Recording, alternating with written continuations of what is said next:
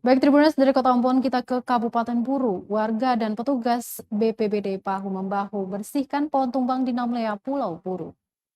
Petugas Dinas Badan Penanggulangan Bencana Daerah atau BPBD Kabupaten Buru dibantu warga setempat membersihkan batang pohon yang tumbang pada Minggu 28 November 2021 pagi. Pantauan tribunambon.com di lokasi, sejumlah warga dan petugas bahu-membahu membersihkan pohon tumbang yang menutup ruas jalan. Batang pohon tumbang tersebut dipotong menggunakan mesin sensor dan parang. Kemudian, sebagian warga bertugas mengangkat bekas potongan pohon dengan gerobak. Hingga kemarin, proses pembersihan masih dilaksanakan dan pohon tersebut belum sepenuhnya dibersihkan dari badan jalan. Menurut Anci Sewakil selaku warga RT 03 RW 03, Desa Namlea, berharap pemerintah daerah Buru bisa secepatnya menangani pohon tumbang tersebut. Seperti diberitakan Tribunas, kawasan Namlea, Kabupaten Buru, Maluku, dan sekitarnya diguyur hujan sejak sore kemarin. Hujan yang disertai angin kencang mengakibatkan pohon besar tumbang hingga menimpa kabel listrik, serta menimpa tembok gedung polsek dan pangkalan ojek hingga roboh.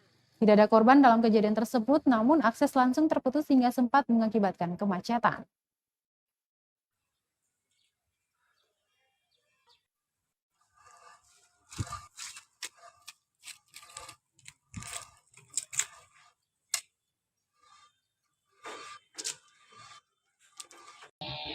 Kalau minta tanggapan dari masyarakat tentang penanganan pohon yang rubuh ini yang diharapkan dari masyarakat kan kalau boleh dari Pemda itu dipercepat karena jalur umum untuk ke jalan raya ini di 3 hari ini macet.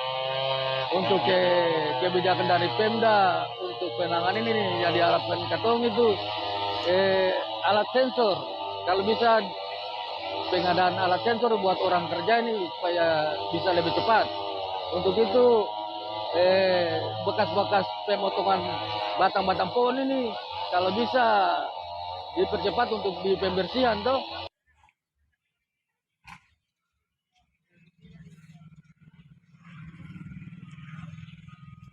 Terima kasih sudah nonton. Jangan lupa like, subscribe, dan share ya.